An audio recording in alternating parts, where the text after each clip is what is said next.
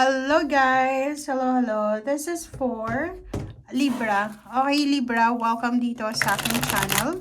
Kapalaran 888. Welcome. Alamin natin kung anong messages, vibration, gabay energy para sa lahat ng Libra. This is in general. So, what to expect? Okay, ano ba yung pwede nating i-expect sa year 2026 Libra?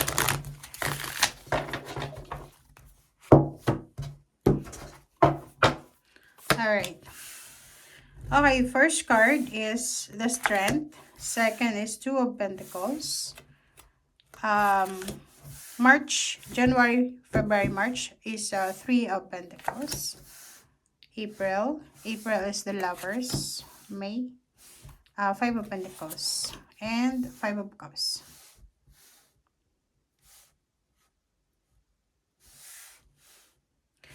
Alright, so yung January mo.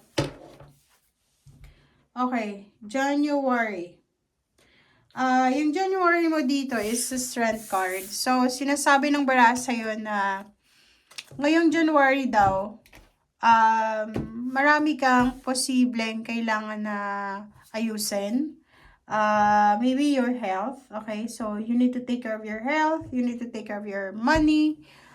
You need to take care of your mindset. Okay, so sinasabi ng baraha sa'yo na kasi pepper to cayenne. So, medyo maanghang siya. Okay? Marami kang expectation na posibleng hindi mangyari. Hindi mangyari siya. It's because of whatsoever. And kailangan nung maging strong. Okay? Kasi normally yan may mga bagay-bagay tayo na gustong mangyari na hindi nangyayari. It's because we cannot control. Okay? February is Two of Pentacles. Pagdating ng February, you are busy para sa pag-handle, pag-manage ng iyong finances or yung resources mo. Tangible things, material things. Pwedeng marami kang kailangan na settle, utang, anything na kung ano man siya, na involve yung financial. Pagdating ng March, nakikita natin dito na may posible kang sisimulan. Maybe this is the business na matagal mo nang sinimulan or gusto mong simulan. Sinasabi ng Three of Pentacles dito na mayroon ka, okay, mayroon ka na posibleng business idea na pwedeng, anong tawag dyan? Pwedeng isakatuparan. Maybe matagal mo na itong pinaplano. So, this February is medyo nagko-contemplate ka. Like, halimbawa, pagdating ng February, mag-iisip ka kung itutuloy mo ba yung plano mo for the month of March kasi kailangan mo ng funds. So, pagdating ng March, possible na nakapag-decide ka and yun, sisimulan mo, babalikan mo yung business na gustong-gusto mo. April, relationship, nakafocus ka sa relationship mo, nakafocus ka sa family mo, nakafocus ka sa business mo, kung may business ka, sa collaboration and business partnership. And then, mayroong mga wedding anniversaries, wedding, or anything na possible na tawag dyan, related sa money, okay? And then, pagdating ng May, Five of Pentacles, sinasabi ng barahan na possible na mamroblema ka sa financial. Pwedeng marami kang bills na kailangan i-settle, maraming utang na kailangan bayaran, maraming mga tao na pwedeng singilin ka, or marami kang obligasyon, duties and responsibilities about money. And pagdating ng June, doon ka magkakaroon ng regrets. Okay? Mag-iisip ka Parang yung maling decision mo from January, pag-iisipan mo siya ng June, na parang iisipin mo na, ay, kasi ganyan, ganito, ganyan. So, yun, pagdating ng June, sinasabi ng baraha sa'yo na posibleng mag-iisip ka, pwedeng mag-antay ka ng tulong, okay?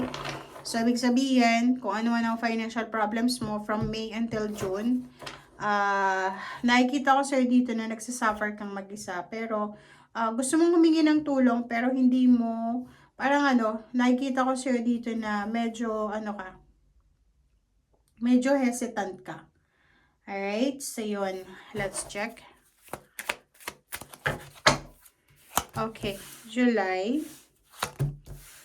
August, September, October, November, and December. Okay, yung July mo dito, Libra, Temperance. So, yung July mo na yan, that's connected siya sa nangyari sa'yo from January until June. So, kung may mga financial problems kayo, may mga kailangan kayong isettle na obligations, sinasabi ng bara sa'yo na kailangan nyo daw na ayusing maayos. Kumbaga, kailangan yung isettle ng maayos siya. Okay? And, sinasabi ng bara sa'yo dito na yung August mo na Queen of Pentacles, isang earth signs, Virgo, Capricorn, and Taurus, ang posibleng makakatulong sa iyo. So, there's parang there's someone na posibleng tutulungan ka. Okay? There's someone na posibleng magiging napaka-importante na tao sa'yo na pwedeng makatulong sa'yo sa kung ano man na financial needs mo or financial scarcity na pinagdadaanan mo. Okay? Etong 7 of Wands, pagdating ng September, ganun din, resonated siya dito na kung ano man ang hawak mo, pera man yan, relationship, kailangan mong proteksyonan yan. Hindi lang naman ngayong buwan na to, kailangan mo na proteksyonan siya everyday. Ibig sabihin, kailangan natin magtipid ng pera. Kung tayo ay may pera man or wala, magtipid ka. You need to settle your money, your resources consciously. Maging wise ka. Sa relationship, ganun din. And October, marami kang isi-celebrate. Maraming rason para mag-celebrate ka ng buwan ng October. So, there's a celebration of peace. There's a celebration of life. Pregnancy, birth of the baby, good news about new jobs, new career, about money, travel. And November natin is 5 of Wands. Pagdating ng November, maraming away, gulo na posibleng mangyari. Pwedeng mga magpapamilya to, magkakapatid, mag-i-in-laws, na mag-aaway-away sila. There's so much misunderstanding. So, normally yan kasi year of the fire horse. But since napanood mo na siya, pwede mo siyang maiwasan. Pagdating ng November, you need to be patient. And whole year, kailangan nating maging mapasensya kasi maraming mga triggers ngayong taong ito. And pagdating naman ng December, there's a 10 of Wands. Yung 10 of Wands is parang sinasabi sa'yo, Libra, na magiging sobrang busy ka. Abala ka, busy, wala kang oras para sa selebrasyon ng Pasko, New Year, ganyan. Nagtatrabaho ka, nagdo-double time ka, nagbe-business ka. Yung parang kailangan mo mag-double time kasi marami kang kailangan na ayusin bago matapos yung taon. Na pera, financial problems. Okay? Thank you guys. Bye!